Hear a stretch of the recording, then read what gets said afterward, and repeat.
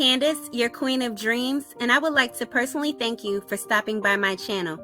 Be sure to like, comment, and subscribe. In today's video, I will be sharing 5 pieces of advice that I would give my younger self. As an empowerment coach, my firm belief is that life experience is the best teacher.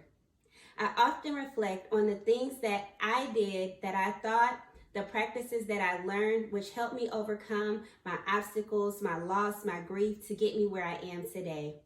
Today's video will share not only to help those adults who are going through hard times, but to help children, to help youth who might be experiencing some of the same things that we experienced when we were younger, and to help them change their perspective, therefore they can change their outcome. The first piece of advice that I would give is don't rush to be an adult. I remember when I was younger, I wanted to be an adult so bad. I remember my god sister and I talking about how we would get an apartment at 16 years old, how we would have a job, how we would emancipate ourselves. As children, we feel like, oh my gosh, our parents are making us do things we don't want to do, telling us what to do, and we feel like we can do it better. I rushed to have a family. I became a mother as a teenager. I did every single thing that I could do before I was 21 that a real adult should be doing. And when I say real adult, I feel like you're not a real adult until you're 30, because once again, life experience is the best teacher. So if you haven't experienced much, you haven't really learned the tools, the resources, the things that you need to cultivate yourself into being a true adult. Don't rush. There's so many times I felt like, oh, my mom doesn't know what she's talking about. My mom is crazy. I don't want to hear that. And then as I experienced life, something clicked and said, you know what? My mom was right. She was right about a lot of things, but I rushed to be an adult. And by rushing to be an adult, I allowed myself to end up in situations that I didn't have to end up in. As an adult now, I look back and say, you know what? These are the things, these are the areas where I wish I would have slowed down. And that piece of advice I want to share to all the youth. Slow down, enjoy the process. Life is supposed to be fun. You don't have to rush to be an adult. Bills are not fun. Responsibility is hard. I wish somebody would have told me, hey, being an adult is very hard. It's not all that it's cracked up to be. My second piece of advice would be to not worry about things outside of yourself. Don't worry about friends. Don't worry about materials. Don't worry about money. Don't worry about circumstances. Everything you need is inside of you. I'll say that again. Everything you need is inside of you. It may seem hard. It may seem difficult to really reflect and turn inward, to look at the man in the mirror and find out, who am I? I think it's very important. I love the phrase, know thyself. Okay, know thyself, find thyself, learn thyself.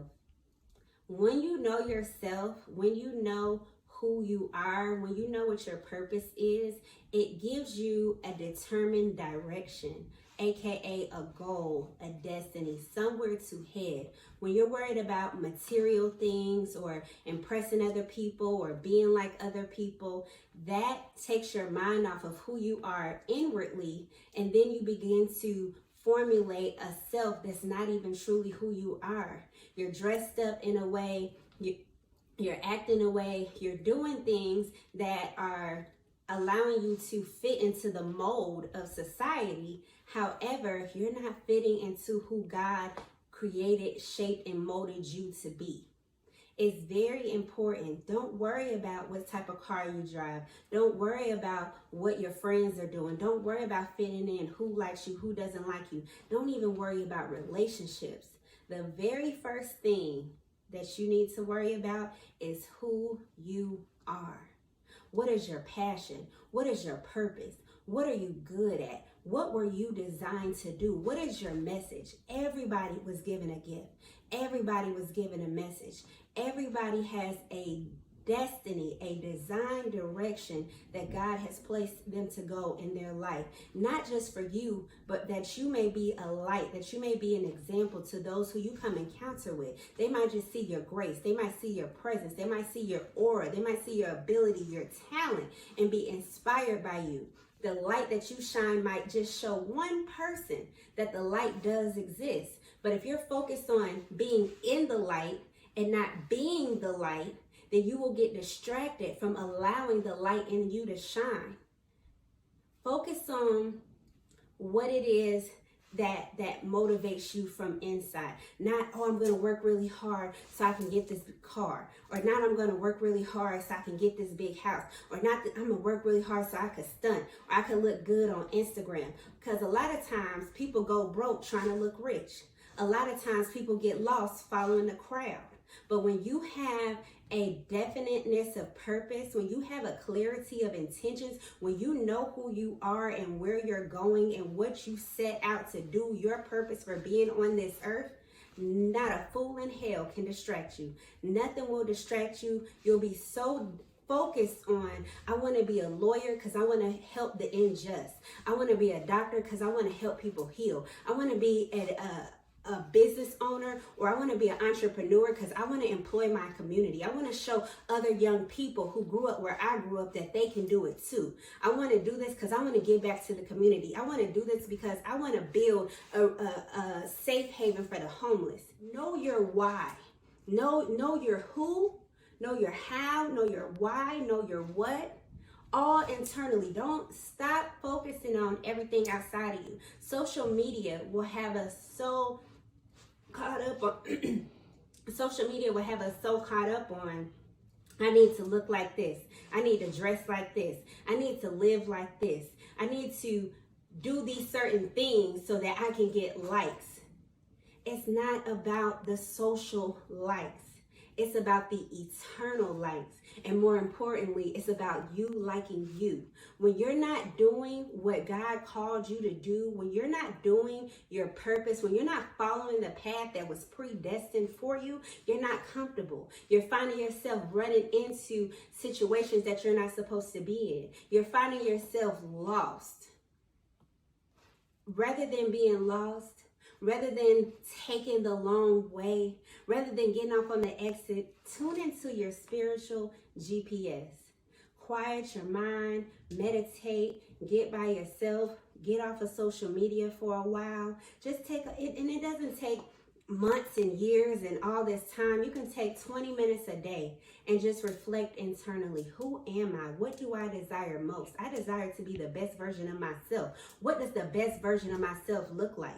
What does the best version of myself do? What does the best version of myself speak like, act like, walk like, talk like? When I walk into a room and I want to command attention, what type of attention do I want to command and why? Because I want to be a light. I want to be an example. I want to show people the ability of God, not for my own glory, not for my own power, but when people see me, they see, you know what? She's been through a lot. I've watched her story, but she still shines. She's still going. She's still working. She's always hustling. That's not just an ability that rests within inside of her, but that's an ability that God placed in her. And the great thing about it is, if God can do it for her, he can do it for me too. I want everybody just to reflect within. Don't worry about the things outside of you, okay? So my recap, the first thing that you want to do is you want to not rush. Don't rush your process. Even if you are an adult already, do not rush your process. 2, don't worry about the things outside of you. Number 3 is be yourself. So many people have asked me, how did I become successful in streaming? How did I become successful in starting these different businesses? How did I gain clients? How did I build my clientele? Because I was myself.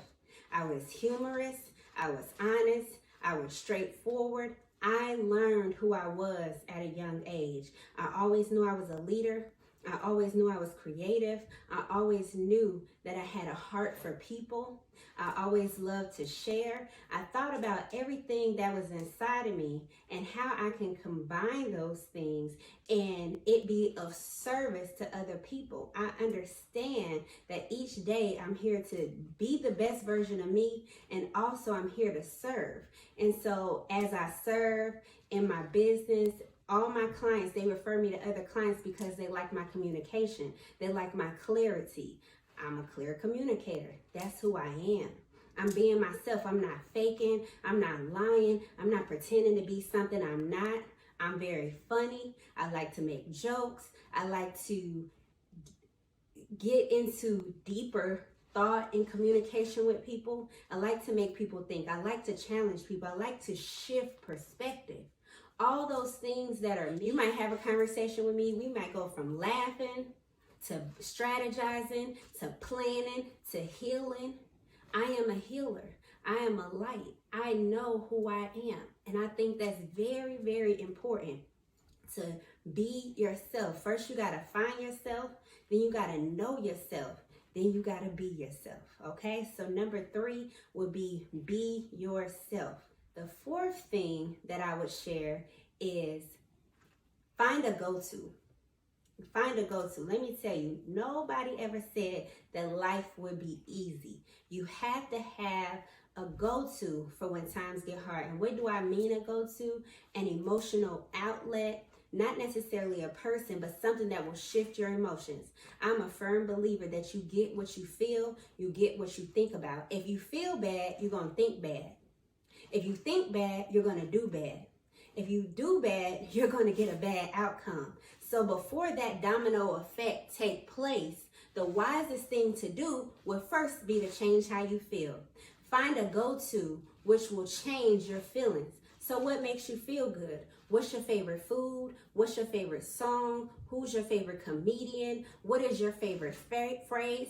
For me, my go-to phrase is, what's for you is for you. Everyday things don't work out. Everyday things don't go the way that I planned them to go. And when they don't work for me, I tell myself, what's for you is for you. If it worked out, it was for me. If it didn't work out, that was for me too. And I follow that up with scripture, Romans 8:28. All things work together for my good. I've had so many losses, so many hard situations, so many times I wanted to give up. And as soon as something happened that I didn't prefer, I had to tell myself, what's for you is for you. And this too is working out for my good because I believe that the word is true. I believe that the word will stand from here and forevermore. See, the word created this earth. And so it will never return back to God void. So if he told me and he promised me in his word that no matter what happens, it's going to work out for my good, no matter how bad it gets. I know it's working for my good. That's my number one go-to. And I feel like that's a very strong, solid foundation of a go-to if you don't already have one, the word of God. Connect with those scriptures that will strengthen you, that will provide the relief that they were meant to provide, because you know, guess what? No weapon formed against you shall prosper. That he will keep you in perfect peace if your mind stay on him, okay? That those who wait upon the Lord shall renew their strength. They shall rise up like eagles and soar. All you have to do is wait. And as you wait, keep your mind stayed on him. And what thoughts do you have that are on him? Lord, I remember you told me that all things work together for my good. Now, guess what? I'm not mad. I'm not mad. I'm not sad. I'm not feeling down. Sometimes it's laughter. I have certain inside jokes that I share with my son, that I share with my best friend, and that automatically takes me out of that sad mode. Now that I'm not feeling down, I'm not thinking down. And then guess what? It has a domino effect. That energy, when you shift that energy, what the outcome begins to shift. What the outcome is will change, okay? A lot of times it doesn't seem like it, but if you keep putting out that negative energy, it's like planting a seed. If you plant an apple seed, let me tell you, you're going to get an apple tree. Whatever type of seed, and if you don't know what type of seed is being planted, you'll find out when that tree sprouts, okay? So you can't tell me you planted an apple seed and then oranges popped up. No, you planted an orange seed, right? So your energy, what you're putting out, though shall a man sow, so shall he reap, okay? So if your energy is what you're putting out, which determines what will grow, what will sprout, then say, you know what, let me get some positive energy so that what I receive will be positive, so that my outcome will be better than what I thought it was going to be, simply because I changed how I viewed the situation, simply because I changed how I felt about the situation, okay? So the first thing is, don't rush the process. Take it slow. The second thing is, don't worry about the things that are outside of you. The third thing is, be yourself. The fourth thing is to have a go-to, whether it be a person, place, thing, saying, laughter, poem, take a nap, go to sleep, reset, step away from the situation. So let me tell you this, and I say this all the time. If you focus more on a problem, you're going to get more of the problem. If you focus more on a solution, you're going to get more of the solution, because where focus goes, things expand. Okay. And the fifth advice that I would give my younger self is to create financial stability. Create financial stability. And this goes back to my first thing. See, we rush to be adults, but we don't realize how expensive everything is. We don't know how to budget. We don't know about credit. We don't know about investments. We don't know about protecting our life through life insurance. We don't know anything. We just know, okay, I got to have XYZ to pay my rent, pay my light bill. I might get some help from the government. But having a true financial foundation is very important to having a healthy adulthood, to having a healthy life. And even if you are already adult, guess what? It's not too late. I want you guys to know it's never too late. One thing that I know is that when you get to experience environments outside of your environment, you get to see that what I thought was right maybe isn't right. When I was 21, I lived in Chile with 20 other American students. I was the only Black student, or African American, or however, brown student, person of color, person of descendants of slaves, right? And so all my other counterparts, I was living on my own. I had a son who was 1.5 who I left back in the States with his father and his grandparents. Okay, I lived in South America for 4.5 months, and we were all approaching our senior year in college, and all of them still live with their parents. All of them still were getting allowances from their parents, and they were 21 years old. I'm like, man, I'm paying bills. I had to fund it to be here. You know, I still got to pay bills back home while I'm here. And I didn't realize that that was the way to do it, because in our culture, when you 18, you got to go. And as a child, we're like, when I'm 18, I'm getting up out of here. I ain't staying up under her roof, blase, blase. But guess what? If you, and this is to parents, this is to our youth, to our teens, it is better to allow that child to remain in the home until they have a career, until they have a business. Some of them stay with their parents until they got married, because guess what? Now they can move out of the home and go straight into ownership because they have enough down payment for a house. I love what one of my mentors, one of my dearest friends is doing with her daughter. She's about to graduate from Spelman this May. She told her daughter, you will not move out of this house until you have saved $200,000 in the bank. That's a financial future, okay? Because when she has that $200,000, she can go invest in a house. She can go invest in land. She can go invest in whatever business she wants to do. And guess what? She's been an entrepreneur since she was a teenager, okay? So teaching our children about having a financial future, teaching ourselves, what does that look like? All wealthy people have 7 streams of income. Let me say it again. All wealthy people have 7 streams of income. So if you just work a job, you got 6 more ways to do it. Whether it be passive income, whether it be getting another job, whether it be learning a trade, whether it be investing into cryptocurrency, stocks, any type of investment that you can learn about and benefit from, I would say learn. Enhance your resources. Get that information so that you can expand. Okay, we need to teach our children about how to be their own boss, how to be an entrepreneur, how to run a business. My son sees me, I told him today, Guess what? I'm working on a Sunday. I had a truck that needed to be fixed. I had to go on a Sunday to a car parts store to get an alternator for one of my trucks. Well, guess what? This is what leaders do. Okay? This is what leaders do. And I told my son, sometimes it's hard to be the leader.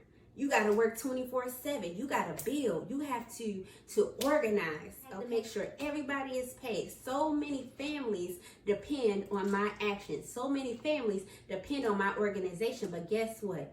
Words don't teach. We teach by the clarity of our example. By me getting up, by me working hard, by me sacrificing, by me organizing, I am a demonstration to my son of what entrepreneurship looks like. So not only can I talk to him about entrepreneurship, I can show him what entrepreneurship looks like, okay? And not everybody will want to work for themselves. Some people might want to be a doctor and work for a practice, or some people might want to be a lawyer and not have their own partner or not have their own firm, and that's fine. But teaching them to say, okay, you're gonna make this money, and then let's learn ways to allow the money you've made to work for you. Okay, being wise with money, understanding credit.